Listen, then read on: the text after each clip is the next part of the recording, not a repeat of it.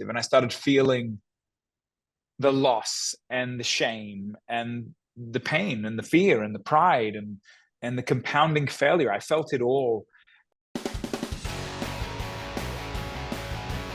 How can we say goodbye to everything that we know and love? This is my last chance. I want to do something that matters. It's going to be so hard that you want to go back. And giving in, it's not an option.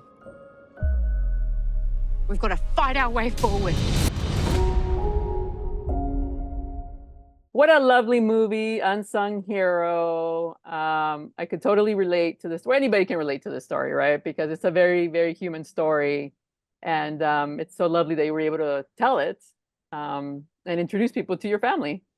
Yeah, look, hey, Lupe, well, thank you for having me. And I love what you said. It's a human story, you know. Yes, it's a story about miracles and mums and migration and music. It's a 90s film. It's ultimately my parents' story after my father lost everything in Australia and in search of a dream, moved halfway around the planet and then lost his job in America. And we were sleeping on beds made out of clothes and no insurance and no car. And so we ended up banding together as a family to put food on the table, and kind of chronicles our journey. So I'm really thrilled to be able to present it to you and the world. Yeah, it kind of reminded me of the family history in my case too. My dad lost his job as a welder and he was very depressed for a whole year. My mom kept the family together.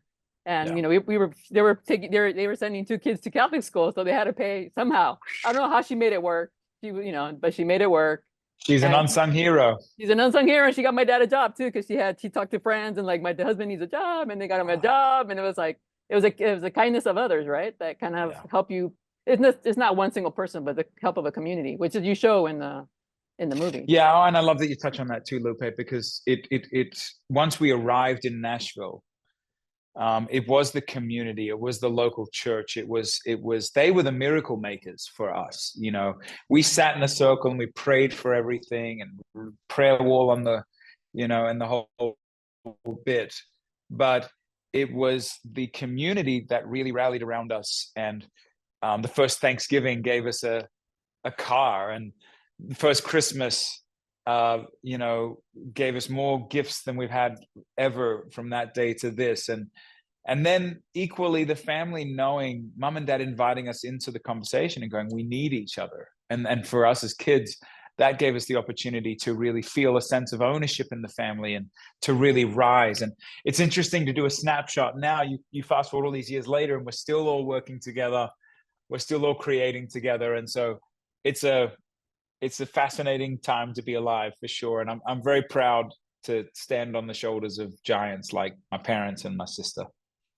Now, was it a little weird portraying your dad? Did you have to did you imitate his mannerisms, or you know, how was it seeing yourself on the screen? You know, it was an expensive therapy session, that's for sure. But it gave me a lot of empathy for him, because I've been in some ways, probably very lazy with his story in the past, in that when I moved from Australia to the United States, I was very young. And so I viewed the world through a childlike perspective, and I was excited to come to the country that had Disney World and the country where they make all these movies, funnily enough. And it was only when I sort of co-wrote and co-directed the film with Richard Ramsey, and then literally sunk into the shoes of my dad, or it's more specifically into his jacket, because that was literally his jacket that I wore. Then I started seeing it from his perspective, and I started feeling the loss and the shame and the pain and the fear and the pride and the compounding failure. I felt it all, and the empathy that I feel for him is extraordinary. And to your question, I chose, there's an old adage in filmmaking that it's essence over imitation. Mm-hmm. And so I chose to focus on essence, because while he has very specific mannerisms, I was worried if I leaned too far into his mannerisms, it wouldn't feel true to me. And it had to feel true to me as well, you know? Yeah, that's a good approach. Yeah. And I love the whole pride thing, because he goes, you know, he gets charity from the community, but at one point he's like, Yeah. stop already. The one great compliment, because mom and dad have seen the film, obviously. The great compliment he gave me when he watched it was, he said, "You externalized what I was feeling internally." And I felt very proud of myself for stewarding his story. And yes, telling it in a grounded, gritty, warts and all kind of way, but also not betraying him at the same time. Like, I think it was very honest to what he really felt during that season. Yeah, because they go through some kind of ugly things, right? Like he yells at the daughter at one point and says, you know, you're not going to be good enough at any point. Oh yeah, talk about projecting your own issues onto other people. Yeah, yeah, and it's a funny film because it's like, on one hand it's this adventure film and it's these kids and it's Australian American, it's culture clash and it's all of those layers. On the other hand, it's very much a drama, like you said. It's like mum who had found her dream, really kind of continue with her dream, and leaving space for my dad to actually find his dream and to fail and to rise again. And I love the dualistic sides of the movie. You know, it's 90s, it's got all these 90s music and Seal and, you know, Lenny Kravitz and Jesus Jones and Michael W. Smith, Amy Grant, and Stryper. It's got all of them in it. But then it's also, at the heart of it, it's a very honest drama. And I'm proud of that side of it as well.